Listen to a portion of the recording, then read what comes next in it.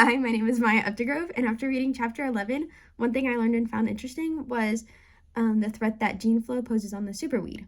I found this interesting because we want our plants to be herbicide tolerant and insect resistant, but we don't really take into consideration the steps to get there and how that affects our environment. Most of the genetic information now is being done for herbicide tolerance and insect resistance, which is all very beneficial in protecting our crops. The book kind of goes on and says that gene flow due to cross pollination for the traits involving resistance can result in the development of tolerant/resistant weeds that are difficult to get rid of or eradicate.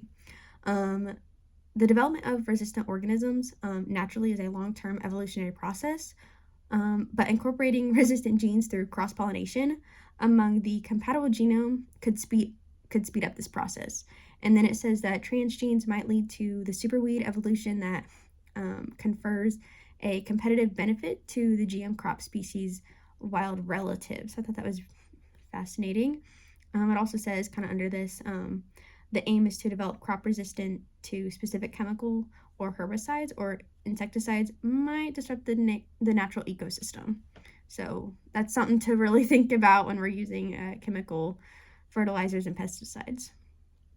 And then one thing this chapter made me re-examine was the impact of GMOs on non-target organisms.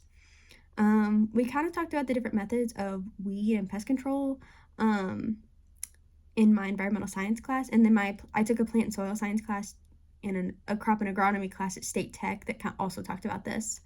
We mainly talked about like chemical pesticides and herbicides and how to use them, and the main things that you should always be careful, like how you use these products, and that you really need to do your research before you just go out and apply this to your fields.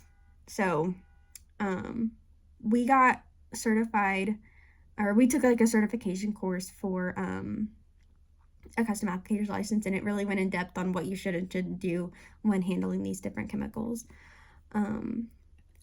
But anyway, we also talked about GE crops being engineered for the Bt gene in my biology class. And it was interesting to see like the negative effects this had. But this gene specifically had little to no effect on the environment. So that's also something to take into consideration, that there is a way to naturally, or not naturally, but like genetically engineer your plants so that way you don't have to use chemicals. It was also interesting to learn more about how the different genes engineered for this like affect the environment. So like, because the Bt gene doesn't necessarily affect it like specifically, but like the book kind of says that it is feared that the toxins produced by genetically engineered resistant plants may adversely influence non-target insect species, which we kind of talked about also in my other classes I mentioned, how it's hard to target just one species of like plant or insect that you're trying to get rid of. So you might have negative effects with that. So yeah.